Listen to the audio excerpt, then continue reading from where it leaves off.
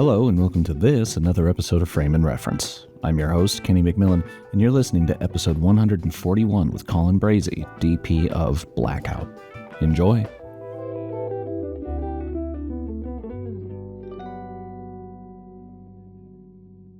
It's funny, the world seems so big, but then small at the same time, you know what I mean? Like the production and cinematography world. And it seems really big, but then at the same time, you like run into people and another one of your guests that you just had on recently, Sherry Talk. Oh yeah, literally Tuesday. Yeah. And I had just listened to that one like this morning, and her and I had films on the festival circuit at the same time. And so I remember I met her at a couple film festivals, and we had, we're friends on social media. Again, I haven't spoken to her in like 6 years or something like that. I remember like meeting her on the festival circuit. What's she up to nowadays? I was listening to it. And then I was listening to the podcast, and I was like, oh, holy shit. Like we grew up like 10 minutes from each other. No like kidding. She's like, oh yeah, I'm from like Tip City, Ohio. And I was like, wait, what? Like I had no idea she was from like the Dayton area. Yeah, she literally like grew up like we grew up like 10 minutes from each other, which is like insane. Yeah. I had no idea. But yeah. It is funny, like you don't really think about it. I think when you get into this industry, you think like, oh, it's an industry. Mm-hmm. Like there's going to be a million people. And then after however long I've been here, which is not very long, it's like, oh damn, like when people say like don't burn bridges, they fucking mean it. Like you'll get out. Yeah. Especially, it's like I always kind of told myself, especially like early on in the career and stuff like that, it's like it feels like a lot of making it in the industry is just sticking around. It's found, it's like having the willpower and just having the know-how and figuring out how to like, stick around and make it work even when like things aren't going super well or when you're not making a ton of money. It's just like figuring it out and being able to stick around. It's like, I feel like that's like one of the most important parts of the business. Dude, the pandemic, I saw so many people be like, well, I'm moving back just to wherever I'm out, Yeah, for sure. I'm going to start bartending. Yeah, it's definitely not, that is something that kind of sucks about it. It's like, unless you have multiple revenue streams, a lot of times it's like. It's real hard to just be doing like a single thing, especially like early on and whatnot. Yeah. How did you get started? So how did I get started? So I got started like a lot of people where it was like I was really interested in making videos and things like that when I was in like high school. If a teacher gave us a project where it was like, oh yeah, you can do a report or a PowerPoint or you can make a video. It was like, I was always like, I'm going to make a video or I'm going to go do something goofy with my friends and call it a project. You know what I mean? I did that every time. Yeah. And so that's kind of where like, I guess initially started like, and growing up in Ohio, it was like the idea of like being a filmmaker for a living, like didn't really commute or really like, you know what I mean? There was nobody in my life who was like, oh yeah, that's something you can do for a living or that, that's like a passion you can pursue. So then when I went to undergrad at Seton Hall University, which is on the East Coast and it's like right outside New York City. And I love the proximity, but I didn't go there for like film initially. I had gone there for, I was like a business major and I was in the business school and gone there and then was in that for like 3 semesters and like hated it. And then started exploring like the other passions that I had, which were like photography and filmmaking and stuff like that. And so then I, like basically transferred, ended up double majoring in like communications, film and television production and business. And then I went to grad school and then I went to Chapman University and did my MFA there. And did the cinematography program. And so that's, and then, so spent time out in Southern California for a while. And then, after school moved up to LA and worked in LA for, doing lots of different things, for 8 or 9 years. And I moved to Brooklyn like 7 years ago. So, oh, damn. All right. So you really did hit the whole, except for Atlanta, you're pretty much all over. Yeah. So I was based in LA for basically post grad school. Yeah. For, like 7, 8 years. And now I've been in New York for like 7. So. Right. Yeah. It was the, I guess, maybe a little too young to have a beat on this, but like a lot of people say, most cities I grew up in a tiny little town, but like, most cities people don't even conceive of a film industry? Did you have enough friends to shoot stuff extracurricularly, or was it always like school projects and stuff like that? No, it was definitely more like school projects and stuff like that. It wasn't like, I wish I could claim I was one of those like 8-year-olds who was running around with a camera and making little like, stop motion, videos or something like stop motion, little short films. But no, it was very much like I would do it for like school. And then once I was in college, I was like making short films. And that's when I was like really like getting into the idea of like, oh yeah, this is like maybe what I want to do as far as a career, and exploring like, really understanding what the camera is doing, understanding editing and things of that nature. More as far as like growing up in a small town, things like that. Like honestly, like my dad just loved going to the movies a lot, and so he would take me, and he would take me and my siblings and stuff like that. And so we watched like a lot of movies, went to the movies a lot, and so it was just kind of like and then I think once I started, probably around like 7th, 8th grade, I started going to like the art house theater in Dayton, and so then that kind of like opens up your idea to like, oh, what a movie can be and what sort of different movies are out there other than just your, like bigger, like Indiana Jones type movies and stuff like that you watch when you're, really young. Yeah. What were some of those films? Because I was certainly not like when I got to film school, I went to Arizona State, but when I got to film school, they were like, all right, well, this is, whatever, Citizen Kane. And I was like, this sucks. I don't. Right. You're like, yeah. Apocalypse Now, that's rad. Let's keep doing that. Yeah. I mean, yeah, some films that definitely like always like stuck with me and are still some favorites to this day are like, like Fargo, like that definitely came out when I was born in 85. So it was like that movie came out, I think when I was like 11. I probably saw it when I was like 12 or 13 or something like that, so that was always one that really stuck with me and is still probably one of my favorites, like even now. Like Good Will Hunting was a big film for me when I, again, also came out when I was in like 6th, 7th grade, something like that. Another one that I loved in high school, I haven't watched it in a while. I imagine it still holds up to an extent, but it was like Clerks, like his Kevin Smith's first film. Was a huge fan of that just because in the same way that he always cites Slacker being a big influence on him, being like, oh, like I can go do that. I could figure that out. You know what I mean? It was the same thing with like Clerks, where it was like, I would watch that movie over and over again. And, obviously, the cinematography of it and, the camera placement, it was like, it's very minimalist, but it does have a quality to it that is like, oh, this is like something I could do. This is achievable. You know what I mean? It's not like you're not watching like Jurassic Park or something where it's like, oh, this seems like insurmountable. Like I can't even understand how you would do any of this. But like you see a movie like Clerks or movie like Before Sunset or something like that, and you're like, oh yeah, like this is a different type of filmmaking, but you're still creating, you're still doing something. It's these more intimate stories about people, and yeah, it just something clicks about that when you're like younger, I think, and a little bit more impressionable, where you're like, oh yeah, like this seems like I could maybe get into this, Yeah. For me, it was specifically Clerks, and then very soon after that, watching Dogma, because I was like, wait, the Clerks guy made this? Because it was the same thing where I was like, I could make Clerks, and then Dogma, I was like, well, I can't make that, but he made that, so that means I should be able to make that. Right. Mm-hmm. This is a stupid story, and I'm already going to take up too much time telling it. But when I was younger, I was like 13. I was on the View Askew forums, and Jay had just gotten out of rehab, so they threw a party for him. Oh yeah. And Ming Chen, who was the web admin of the forum, didn't know that I was 13 and invited me to New Jersey to go to this party. So my mom and I fly out to Red Bank, New Jersey, and she just fucking drops me off at a bowling alley at like 10 p.m. with all these other people. And I'm dressed like Jay from Dogma, like full cosplay, minus the hair. And as I'm walking around with my fucking autograph book, just I'm watching all, like Brian O'Halloran, Brian Johnson, like all these guys, Kevin. They're all just like, oh, what the fuck are you? Okay, I've got my little camcorder. It was That's hilarious. Sounds like you got a cool mom.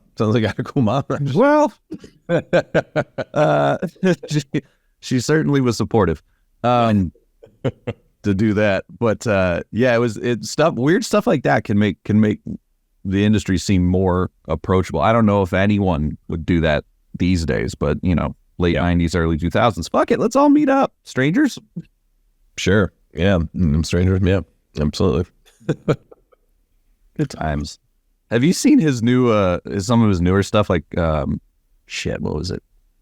The like Tusk? I did see, I think Tusk might be one of the last ones of his that I saw. I did see Tusk. Actually, I remember because I was living in LA at the time and I saw it at the ArcLight, and he did like a Q&A afterward, and he's such a great, like public speaker, Yeah. And yeah, it was a fun night out for sure. A couple of us went out and saw it at the now defunct ArcLight. But yeah, that was the last one. I don't think I've seen. I know he just did like a Clerks 3. I've not seen that. I saw it. Was very. He's in his emo era for that one. Right. Yeah, he's really feeling feelings. Yeah, but yeah. So I haven't seen Clerks 3. Trying to think what else he did before that. Red State. Oh, he did Red State. Yeah, I saw Red State. I think that was before Tusk, though. I think yeah. But I liked Red State. I remember liking Red State when I watched it. Yeah, definitely different avenue for him too. Totally.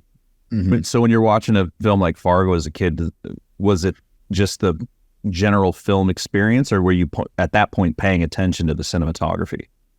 I mean, I think early on it's just more or less storytelling. You're like, oh, this is like different than what you're used to seeing. It's such a distinct point of view. It's very distinct type of filmmaking, and I think that's kind of what like you ends up sticking with you. You know what I mean? It's just like these either like odd but beautiful moments. You know what I mean? Like just like the car ride back after the wood chipper stuff. Like all that stuff that just seems like so unique and like out of the ordinary.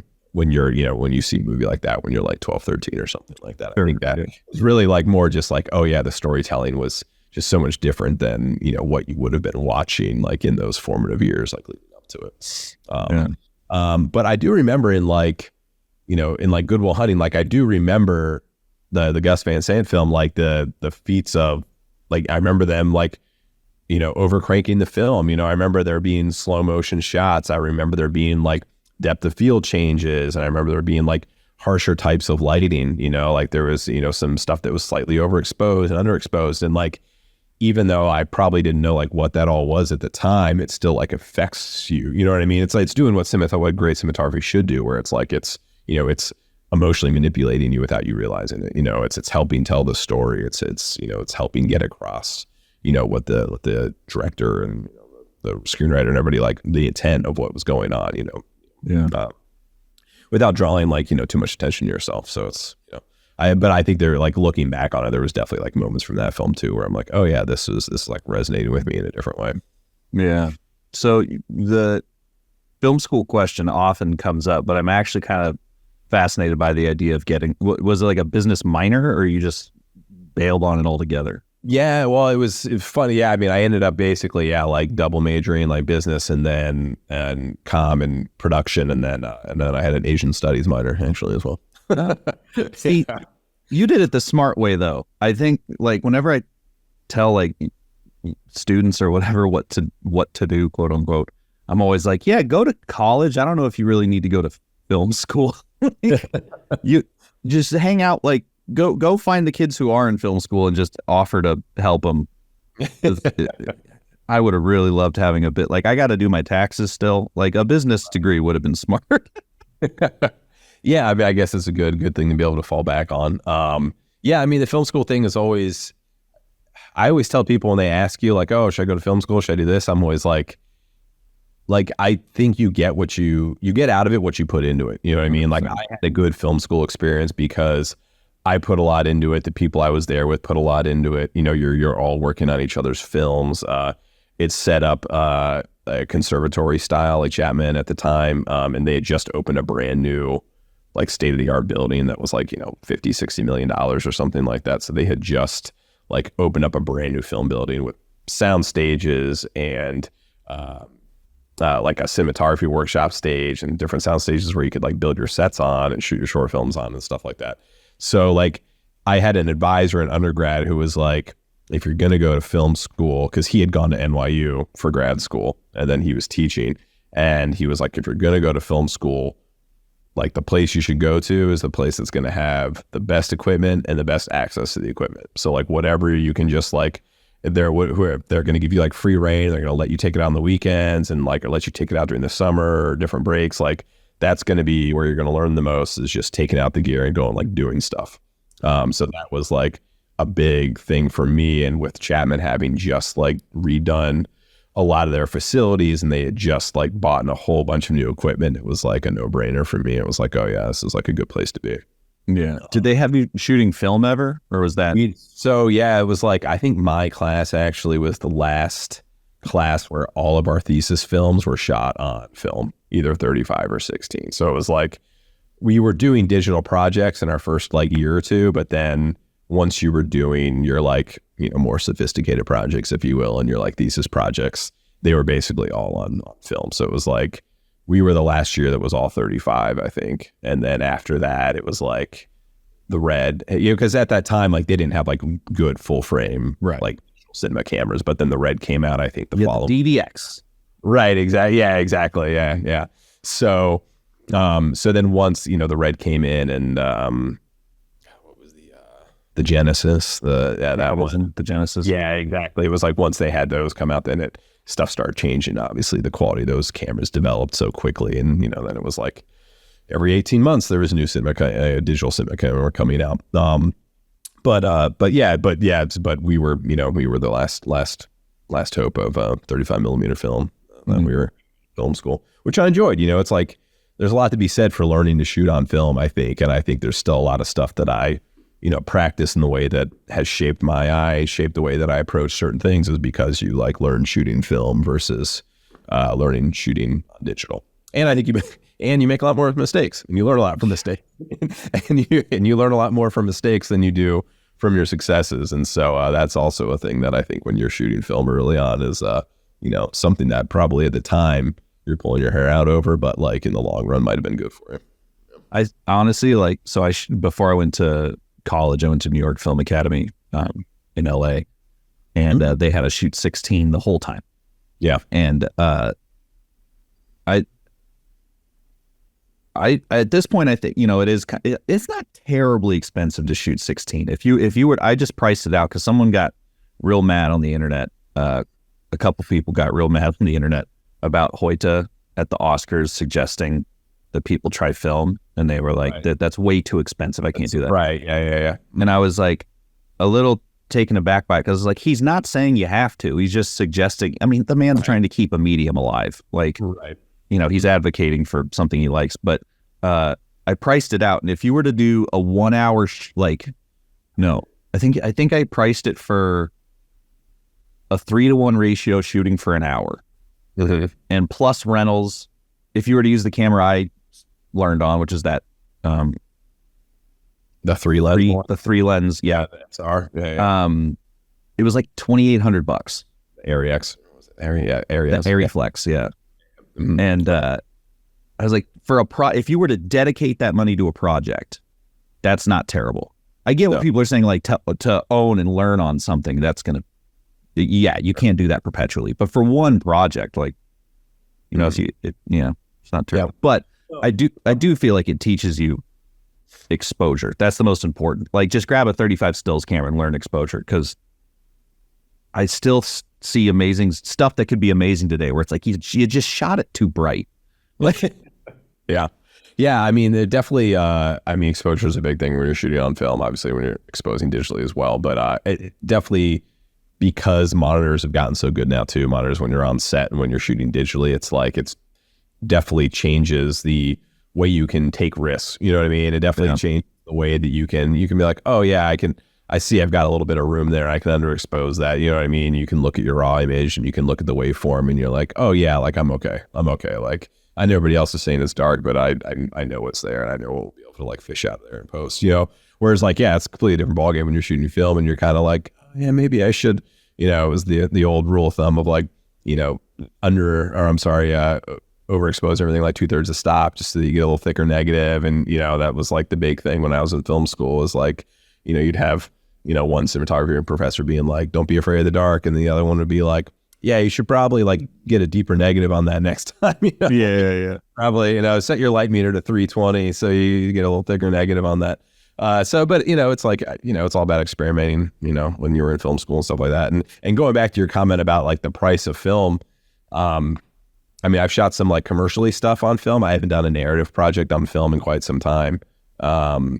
But I know like, somebody like Alex Ross Perry is like a big proponent of shooting on film, and he shoots a lot of his projects on 16 and 35. And he says the same thing. Like he probably, echo what Hoyt was saying, where it's like, yeah, like you can do it. Like, it's just a matter of like anything. It's like price it out. And, and if you set aside money for it, for the budget, like, you can make it work. Like, yes, it's not going to be as cheap as just like, grabbing a 5D and, shooting, but it's doable. It's doable, especially like on a much bigger budget. I think like, obviously if you're working on like a studio budget or like a bigger film like that, the amount of money they're spending on hard drives and camera packages and everything like that. It's like, I think it's pretty negligible as far as like the difference in cost would be.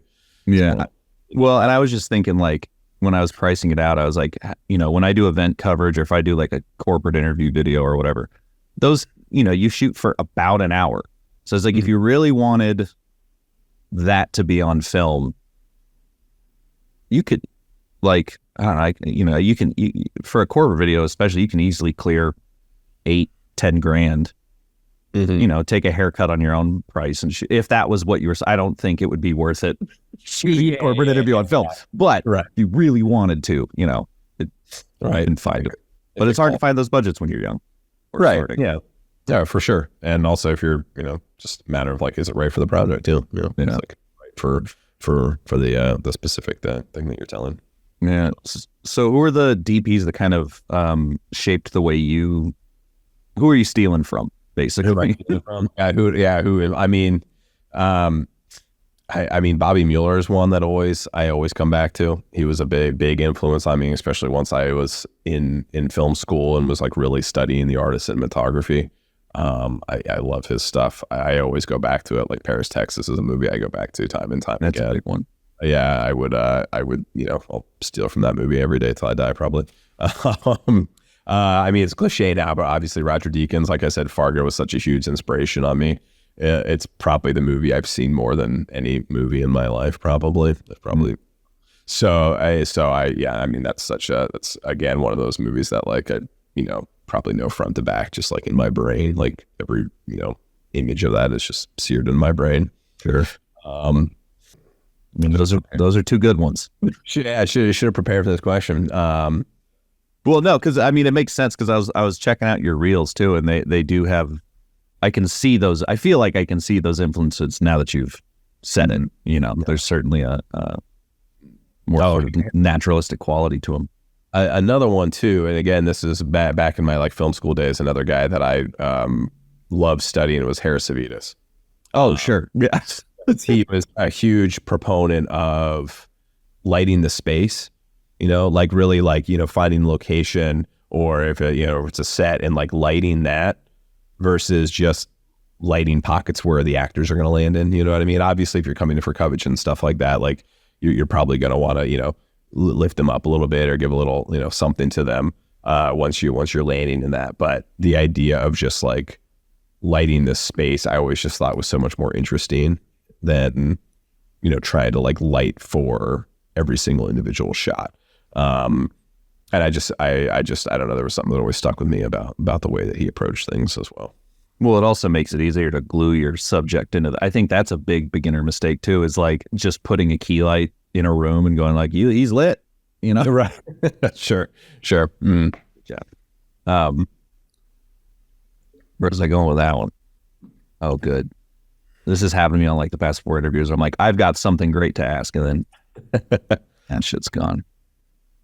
Well, so I did want to ask you, what was the film? Because again, I was doing my research as a journalist. What was the film before Blackout? The war film? Yeah, Foxhole. Foxhole. How did you get involved in that film, and how did the ASC article come about? Because I would lose my shit if a movie I made ended up on an ASC feature. Yeah. Obviously, I mean, same. I was excited about that as well. So yeah, the movie Foxhole, it was really, it was an interesting film because it spans 3 different time frames. So it was, a cinematographer's dream to be able to be like, oh yeah, that, not only is it different time frames, it's different looks, it's different aspect ratios. We did different lens packages for each time period. And how I got involved with that actually was, funny enough, it was through a first AC that I work with a lot. His name's Jesse Locasio. And he had first AC'd on a bunch of movies for Glass Eye Pix, which is Larry Fazenden's production company based in New York. And so he had worked on a lot of their movies, and then I had worked with him on a few commercials. And so Jesse and I become friends, and when they were looking for a DP for that film, since he was kind of was close with them already, he threw my name in the ring, and I guess they liked my stuff, and then they reached out. And so then I had a conversation with them, and they sent me over the script, and we talked 48 hours later. And next thing you know, we were, it was kind of a quick thing because we started scouting immediately, and we did, a couple weeks of prep, and then we basically started the movie. So it was very quick. I don't know if it was I think it might've been one of those serendipitous things where someone had to drop out and then they were looking for a replacement. Last minute. I've got a good gig like that. Yeah. And so it worked out. And like I said, it was like a dream project to work on because it was, different time periods, and, you're trying to get different looks that really set one another apart. And so it was cool. We shot on a couple different sets of anamorphic films, and then some spherical stuff as well for the more recent time period. And as far as the ASC article, Ian Marks reached out and, liked the film, and I don't know if him and Larry had a history before. I'm not sure if he had interviewed Larry before or something like that, but film had been on his radar, and he liked the idea of it. And so we chatted a little bit about it, and he was like, yeah, let's do a write-up on it. So I was like, sweet. Yeah. And at that time, were you mostly doing narrative, or were you bumping into commercial at that point? So, I mean, I still do. I try to do as much narrative as possible. It's usually, usually comes out. I try to do at least 2 narrative projects a year if I can. That's usually kind of what it rounds out to. But I still do a decent amount of commercial and branded stuff. I still do some non-scripted stuff as well. I definitely came up, my first real operating break was on one of Hulu's first shows, operating. It was a docu-series. So I have a big background in operating on docu stuff and non-scripted stuff as well. That was kind of what I was doing early on, as you're, everybody, when you're first out of film school and you're trying to break in, you're, taking every gig you can while also trying to shoot as much stuff as you can, just to, keep building out your reel and keep meeting people and stuff like that.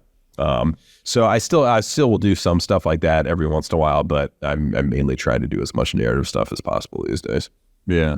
I mean, the commercial, again, looking at your reels, the commercial stuff looks, you've got a good range, because the commercial stuff looks like commercials, and then the narrative stuff is definitely seems more personal. Yeah. And I'm sure most people in the industry probably feel that way. It's you're always trying to latch on to something a little bit more personable when you're shooting narrative stuff. And, obviously there's a lot more, emotion, and a lot more, you're flexing more of those storytelling muscles. Not that you're not doing that in the commercial world too. Obviously there's a large, huge part of that as well. But, it's different when you're trying to do that in a 30-second spot versus a 90-minute film. You know what I mean? It's a different type of storytelling for sure. Yeah. Well, and I feel like commercials, we said this before on the podcast, but commercials is where you always get to try new ideas, you get new tools. Yeah. Those can inform workflows really on narrative stuff. For sure. Yeah. You hear and you read all the time. And I've had a little bit of experience that too, where you get to play around with a little bit more things and some more toys, and you can move the camera in ways that you might not have moved them on a narrative thing previously, but then you're like, oh yeah, I worked this out and it worked pretty well on this one project, so maybe we experiment with it. And usually you have a little bit more time on commercials too, because it's you might have 2 days to shoot something that's only gonna be 30 seconds long. Yeah. So you can you can utilize that to your advantage and kind of try some different things, which is always cool. Yeah. Do you see in your experience that there's because we were talking about Clerks and also just the idea of like music videos back in the day being like an entry point for filmmakers to get bigger things. Yep. But if you're going to like festivals and stuff, are you seeing that Clerks path as still a viable path, like trying to get out there in festivals and whatnot, or did you have to take a slightly different path, or where's your head at the moment with all that? Do you mean it's great, Kenny? That's a terrible fucking question. No, I mean, because did you mean as far as like from a cinematography perspective, or like in perspective and stuff like that? Getting work from either a touchstone piece versus now just kind of like, because it's a leading question, because in my opinion, I think I don't see that anymore. Well, festivals, yes, but making a Clerks, I don't think necessarily immediately gets as much attention as it used to. Sure. Well, I'll go back to your first part of your question first, which is about like music videos and stuff like that, because music videos were a huge influence on me growing up. Yeah. I watched way too much MTV in the 90s. I was, the kid that was like waking up before school, and I would watch like, 30 minutes of, music videos. Because I think by the time I was also like in like junior high and high schools, it was like they really only show music videos like in the morning and at night, because then they would just fill up the rest of the day with like a bunch of kind of like bad TV. And no offense to anybody, because I'm sure I've made bad TV. But I made no TV, so fuck them. And so I would always watch like a half an hour music videos like before school and stuff like that. And we're a really big influence on me. Like I loved, some of the early like off the top of my head, like some of the early like Nine Inch Nails music videos I loved. I remember loving the Nine Inch Nails Perfect Drug video for the Lost Highway soundtrack. I remember like loving that music video. And obviously it was like the heyday music videos, it was like when they had big budgets and stuff. By the time I got out of film school, I always really wanted to shoot music videos. It was always like, oh yeah, like I love the experimentation. I love just the medium. I love that you can just, do crazy stuff in music videos, try great lighting tricks, but like I shot a couple, but like I never really fell into that niche. Like I feel like you have to like, I don't know, just like already know the directors, or you have to somehow get in with the production companies who are like making all those music videos. And I never got in that niche. I always wanted to. So I guess if anybody's listening to this, like hire me. I would love to shoot a music video for you. Yeah. But yeah, so I always wanted to, but I never really did. And then, but also by the time I was out of, film school and stuff, it was like, everybody just watches music videos like on like, on like what Vivo and like YouTube and stuff like that. It's like, like by the time it was like, the couple music videos that I shot, it'd be like, oh yeah, like, we used to give budgets of like $500,000. Now it'd be like, here's $5,000. Like go like shoot something at the beach at magic hour. You know what I mean? Oh my God. I have so many of those on my fucking reel. Right. You know what I mean? And it was like, so it was like that whole like heyday music videos, at least like big budget music videos. It's like, now it's like, unless you're like, shooting a Beyonce video or a Taylor Swift video or something like that. Literally, those are the two people I was going to name. Like, I don't know. It's like, I can't imagine anybody's getting any, I can't imagine like any sort of like big budget music videos anymore. Not the way that they were in like the 90s. But then as far as like making a splash at a festival, I mean, I think you still can do that. As far as like a filmmaker, I think obviously everything's way more polished these days. It's like everything has like much higher production value than it did, 20, 30 years ago. Even 10 years ago. I mean, like 12. Even 10 years ago. 2012, you're talking equipment wise, what? No LEDs. Right. And at that point, you're lucky if you could get an Alexa. You're probably shooting on a Sony F3. Well, yeah. I mean, another thing too is like, because when I think of that time frame, because that was like right after I got out of school, is you did have some stuff that was popping up at Sundance that was like shot on like 5Ds, because that was a big deal. Like DSLR like revolution. What was a big deal? I mean, that's like what everybody was then going out and shooting on. So it was like a lot of indie projects. It was like, oh, I'm going to go shoot this web series on this, or I'm going to go shoot this short film. And I shot, handful of short films on like 5Ds, 7Ds and things like that. just because it was like, yeah, you were scrapping, small stuff together with friends and shooting it and getting out there. And I think there was a handful of movies that like, broke out from that. I don't Anything Vincent Laforet was doing. Yeah, right. Yeah. It's like, but I don't know if, and you had the whole mumblecore movement that was going on as well, that it was a little bit like maybe a little bit before that. But and I mean, I don't know if it was like leading to people getting direct like a $5 million movie as their second movie, but I think you could still make a splash that way. It's, I don't know. I mean, as far as like how you can, break in the industry, I don't know. Are there other ways than just going out and doing it and seeing if something hits? I don't know. At this point, I just tell people like, just keep meeting folks. Right. Yeah. And be nice and figure it out. I remember too, like going back to the music video thing, that finding out that Spike Jonze and David Fincher, like all the music videos that I liked were made by one of those guys.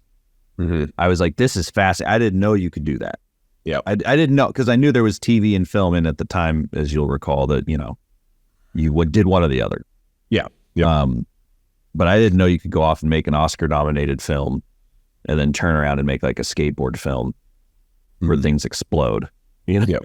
Yeah. I still have the Spike Jonze and the Michelle Gondry music video DVDs right there. Yeah. I still have those. Yeah, those are great. Yeah.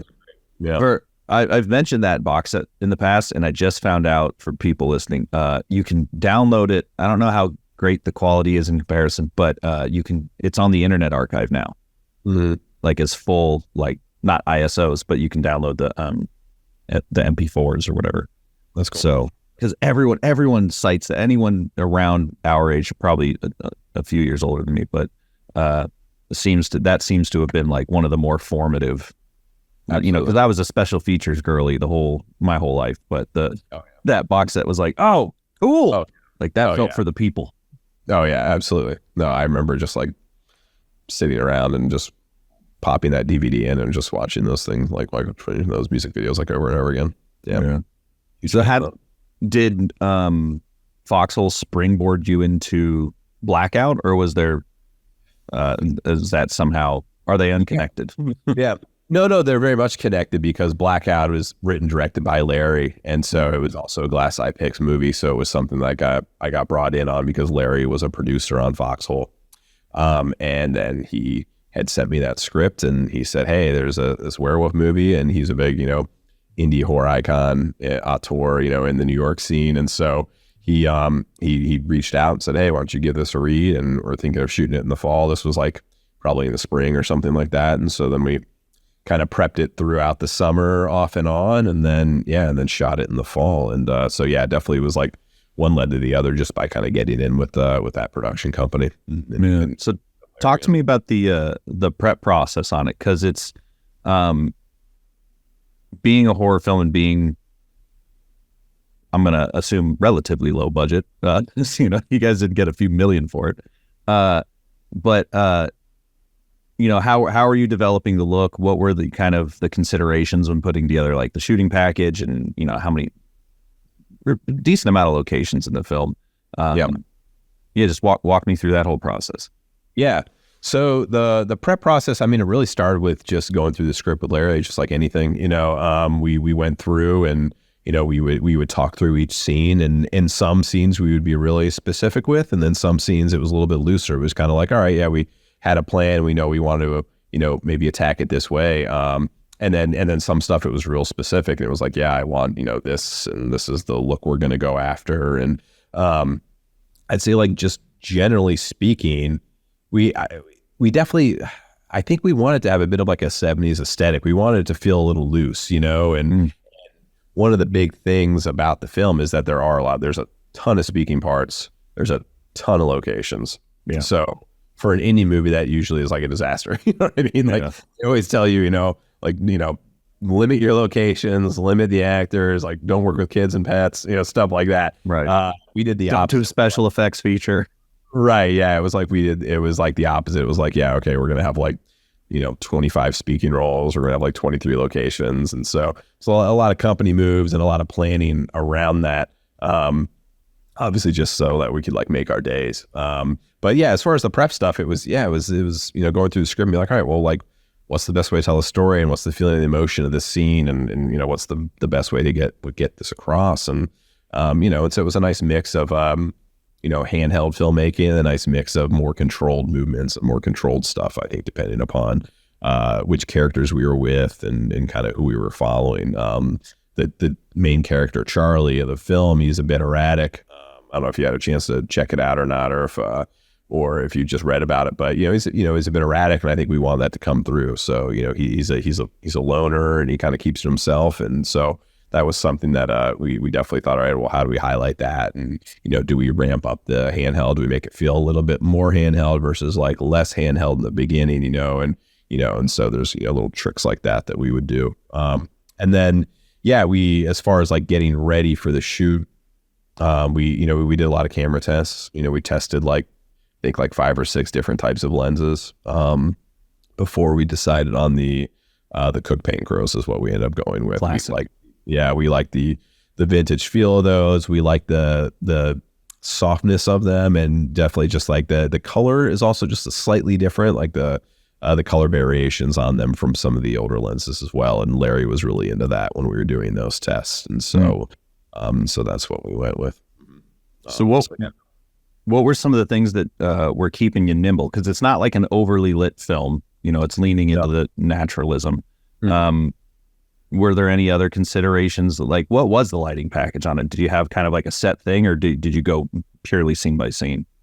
No, I mean, we had a lighting package that we took with us every day, but yeah, I mean, being nimble was key to the film. Like I mentioned before, with there just being so many locations, there was, we, like with any indie movie, you kind of have to like, pick and choose when you want to utilize Show off. Yeah, a large setup. You know what I mean? Because it's like, you can't do that every single day. You're not gonna be able to do that at every single thing. But you can pinpoint certain scenes where it's like, okay, this is an important scene.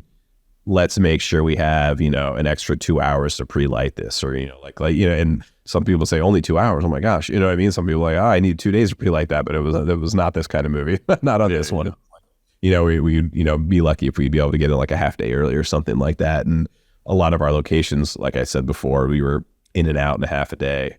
But there was a couple locations where we were able to sort of like, try to pre-light and set some stuff where it was like, okay, we're going to be here all day, or we're going to be here for the next 2 days. So let's really like, think about, the prep it and be like, okay, all right, how can we make this look as good as possible? How can we tell the story as good as possible here in this scenario? But I mean, our package was not big though. I mean, we had some, the tried and true. We had some sky panels. We had a couple 120s and a couple 60s for some of our night exterior scenes that we did. We had some other LED Fresnel units. I'm trying to remember. We had a couple apertures, and I think a couple, like 2 or 3 of the 600s. We had so a set of light mats. You know what I mean? I think we had like a 4, 3, and a 2 of light mats. When you want to do just some soft push from the inside on an interior. And yeah, so we had a mix No of tubes. Oh no, yeah, we had a whole set of tubes. Yeah. It's just a running joke on this podcast now. Everyone's always like, well, we had the Astera tubes. It's like, a fucking course you did. No, we all did.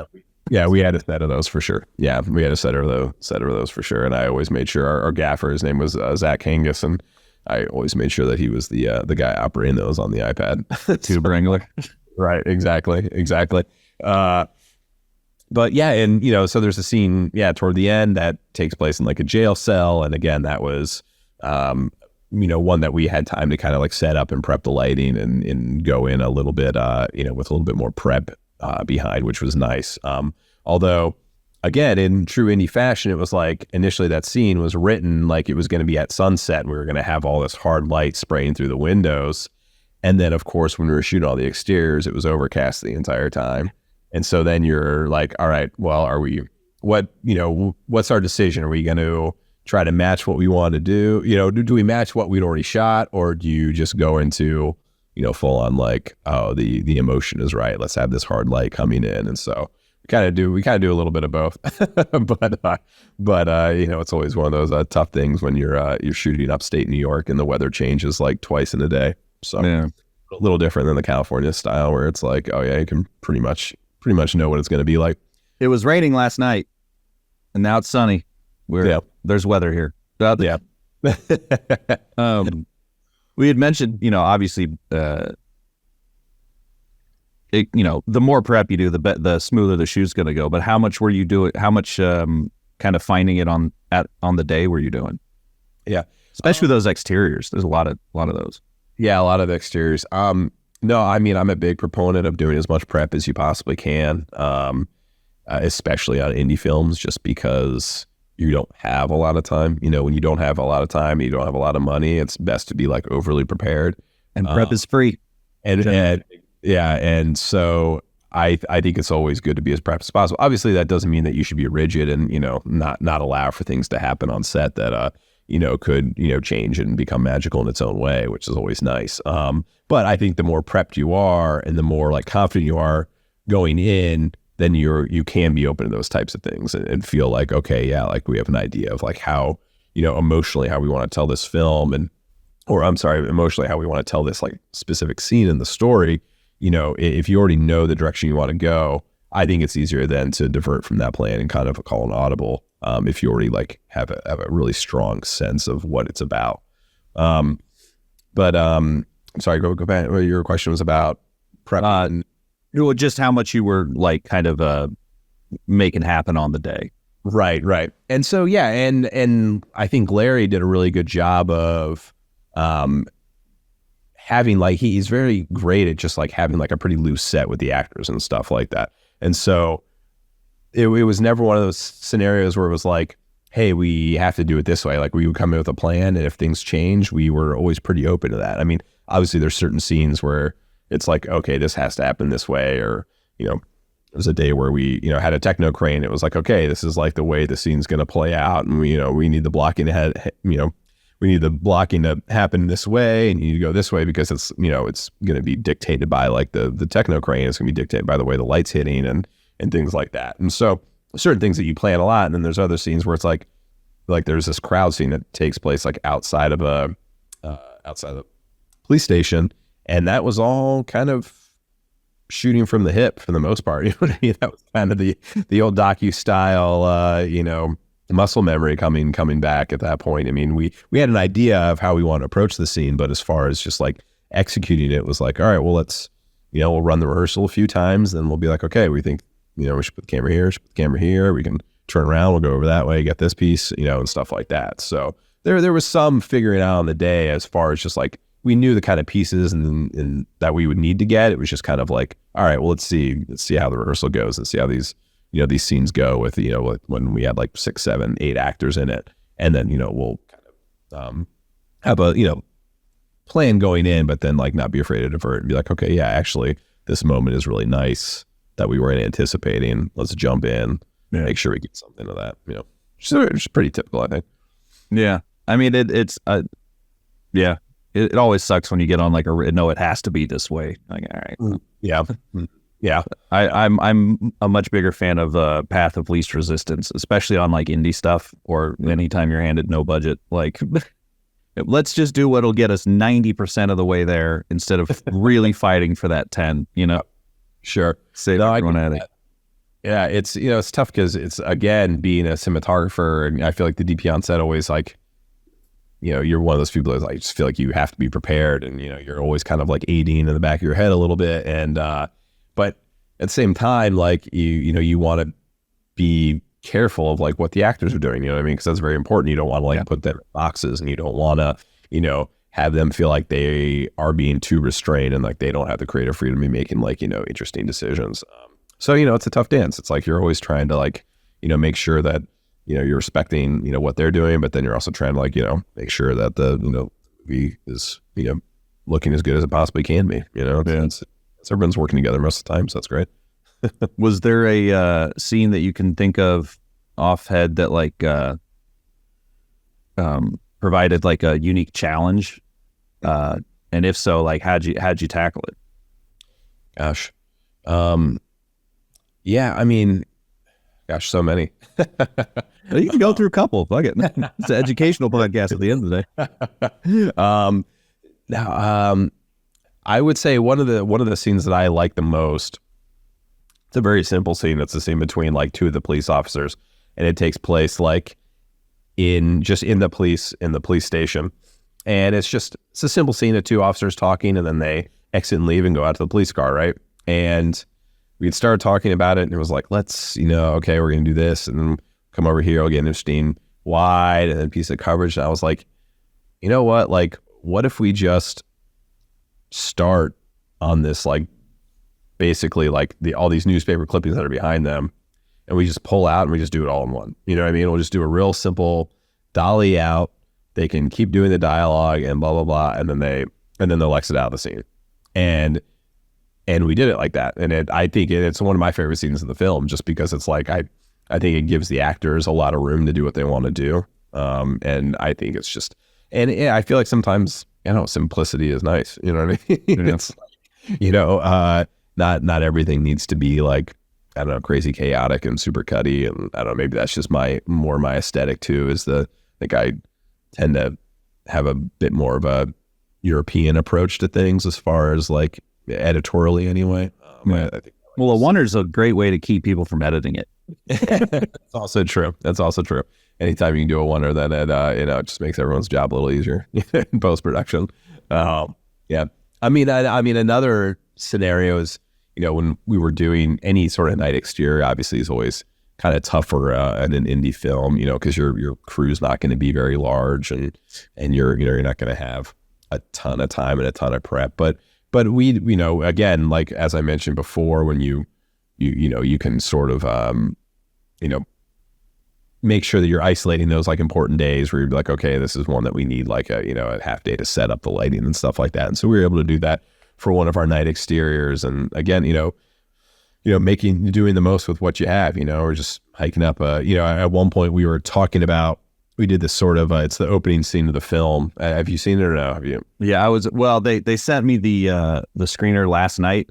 Oh, I've been coloring 2 projects and editing a 3rd one. So I skipped through it. I got a good idea of the way it looks. I don't have the story locked in. All good. Well, the opening of the film, I don't know if you watched the opening shot. Yeah. It's also sort of like a bit of this like wonder, and these are 2 young people in love. It is a horror film, so they it doesn't end well for them. That's not much of a spoiler because it's the opening scene of the film. But that was a nice Zodiac.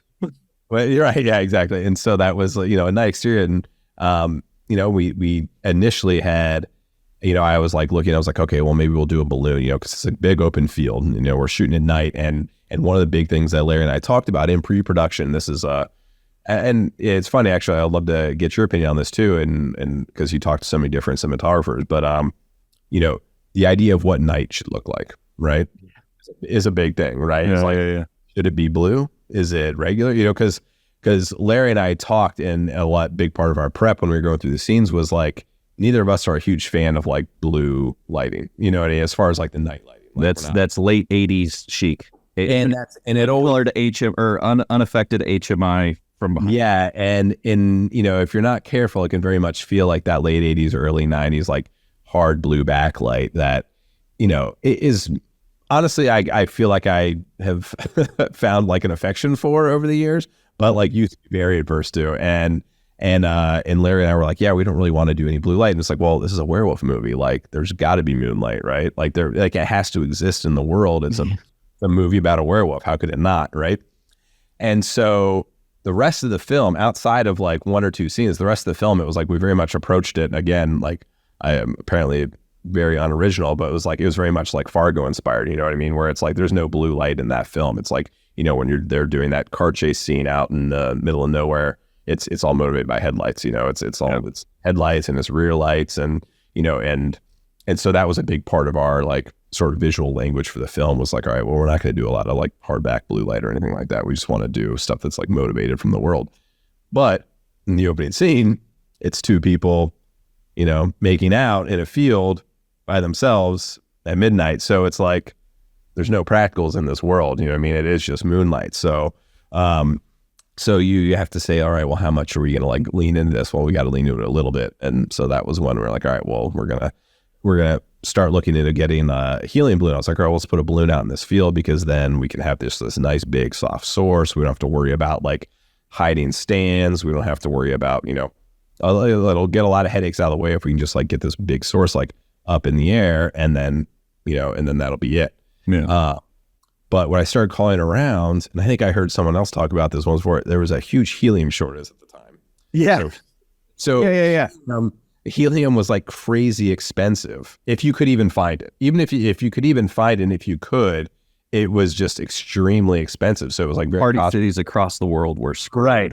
So it was very cost prohibitive. So that quickly went out the door. Like after me, like a week of pricing stuff and calling places, it was like, well, this isn't going to work. We're going to have to like rethink this. And so then we just went to a tried and true kind of like big soft like LED sources that we threw up on stands and and that ended up being kind of the approach. Well, I'm trying not to sneeze. Sorry. The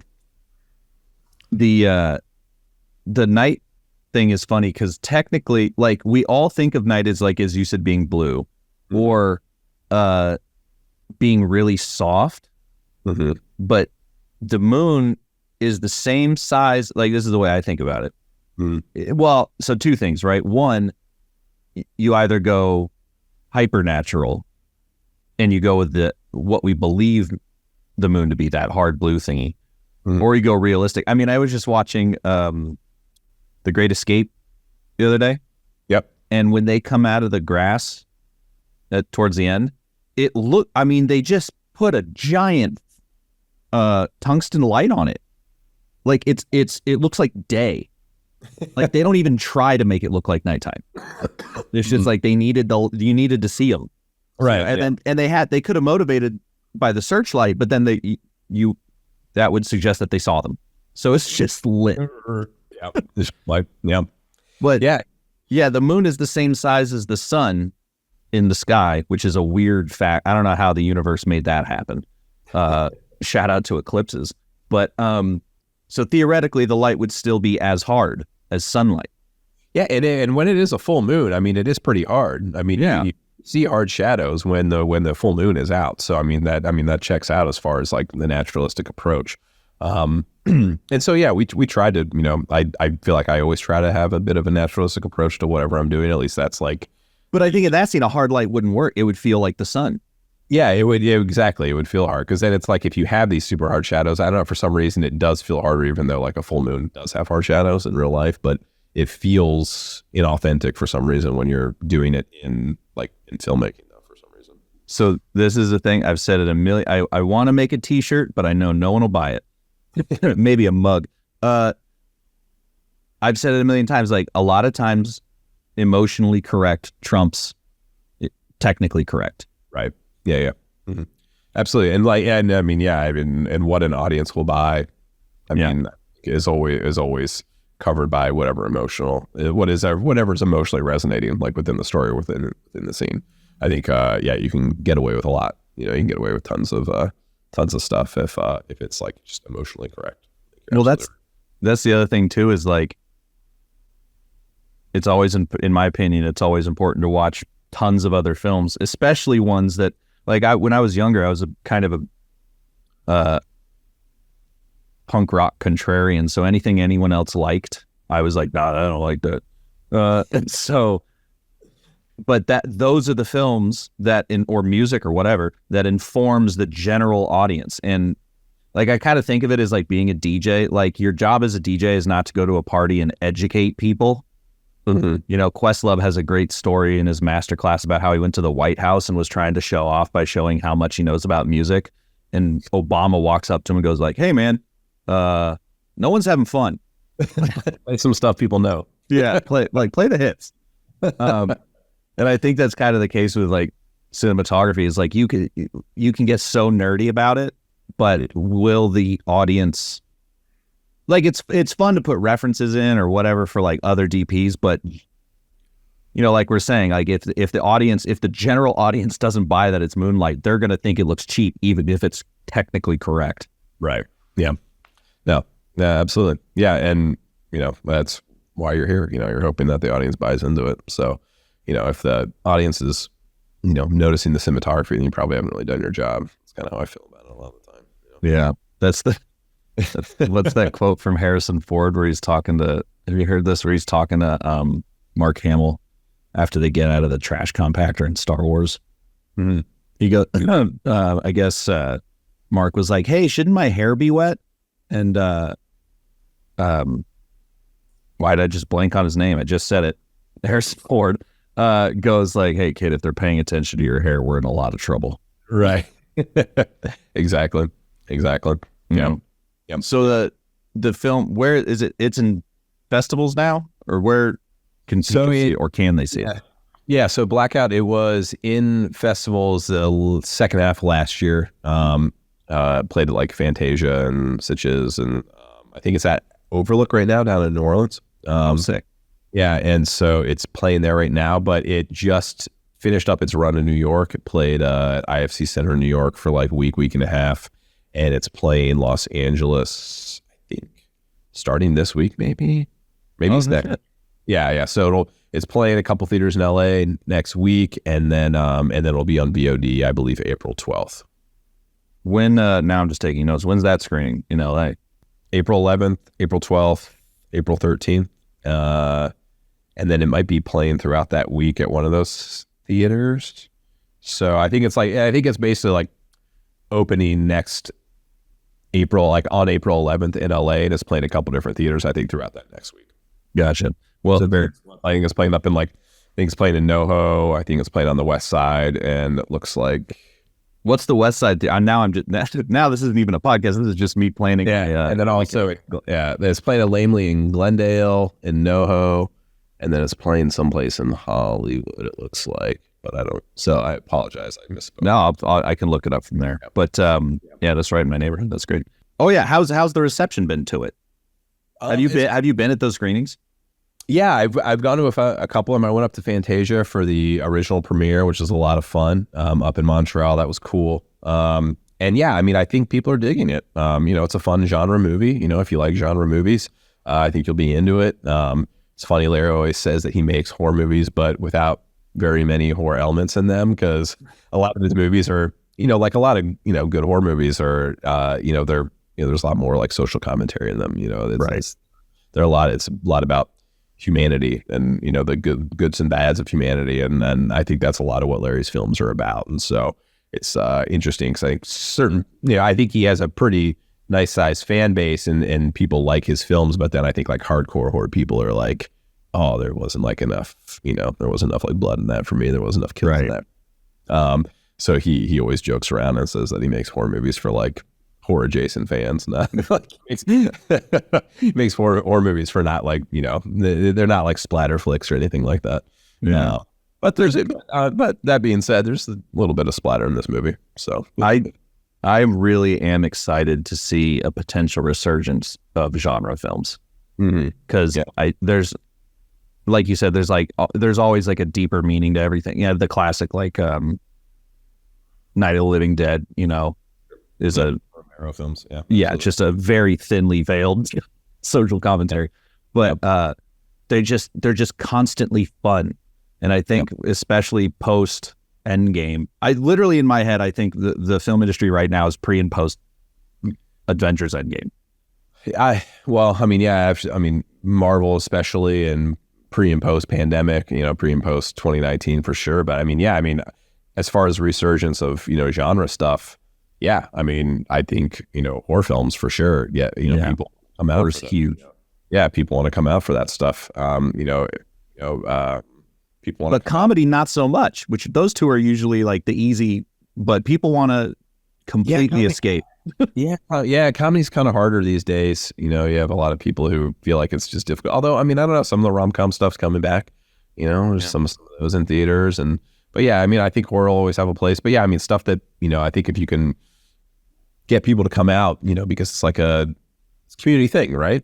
Seeing a movie together in a big theater, and I think whether it's a big action movie with tons of set pieces, or a genre film, horror film, or I love neo-noirs. I love I just saw Love Lies Bleeding recently. I thought that was a lot of fun. I really enjoyed that.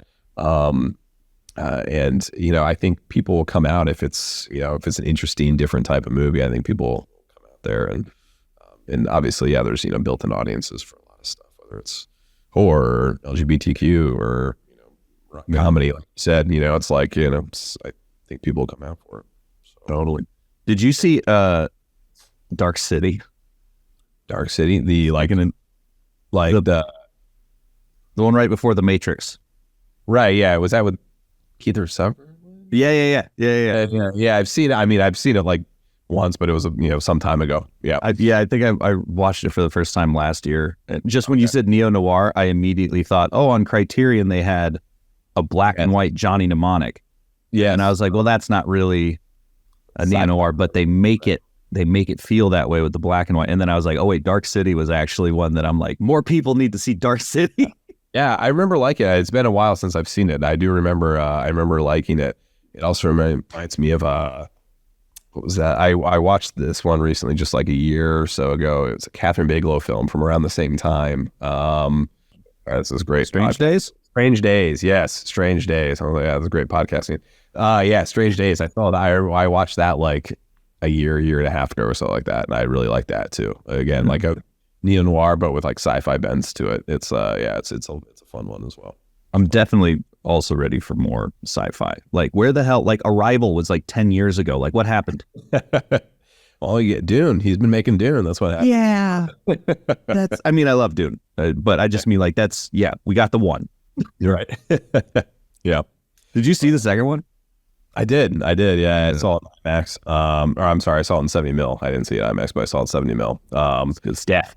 It's great. Yeah, I liked it. Yeah, I mean, honestly, walking out of it, I mean, obviously the scope of it is just massive and so impressive, and what Greg Fraser's been able to do when he has those giant scope films is just like daunting. But very, very humbling when you're from my perspective of shooting these like $sub-$1 million movies.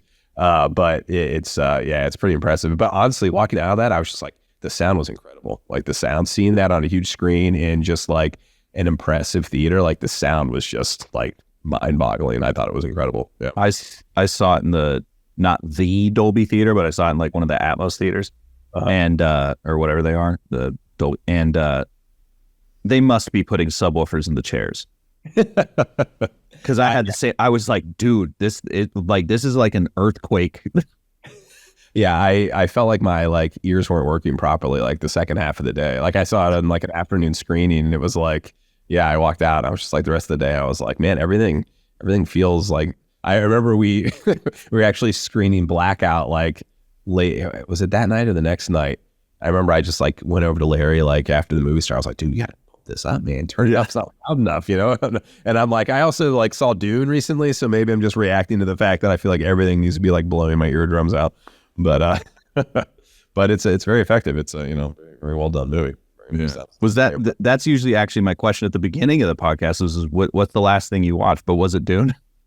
I saw Dune recently. Like let's see, one of the last things I liked a lot was the new Wim Wenders film, Perfect Days. Oh, see that right there. That makes sense. I saw him. He did like a Criterion Closet, and he did like a few. I was like, when did this guy start doing promo? And it's for movie. Yeah, he had his new film, Perfect Days. I thought was really, really beautifully made. It's very simple, straightforward storytelling, and just beautiful cinematography, and very understated. But I thought it was great, and I really liked it a lot. Yeah. And I guess that brings us back full circle to Bobby Mueller and Texas and stuff like that. So I guess I'm not very surprising at all. Yeah, I mean, but no, I thought that was really nice. I like that quite a bit. Check. Now I got two things to check out. Well, that hour fucking flew by. Yeah. Thanks so much for talking to me, man. I'm gonna go check out this the screening. I'm not even gonna check back in with the Vimeo. I'm just gonna go to the screening on the 11th and then go straight to NAB. There you go. Yeah, no, thanks for having me on. It was a lot of fun. Of course, man. Yeah. Frame and Reference is an Owlbot production. It's produced and edited by me, Kenny McMillan, and distributed by Pro Video Coalition. If you'd like to support the podcast directly, you can go to frameandrefpod.com and follow the link to buy me a coffee. It's always appreciated, and as always, thanks for listening.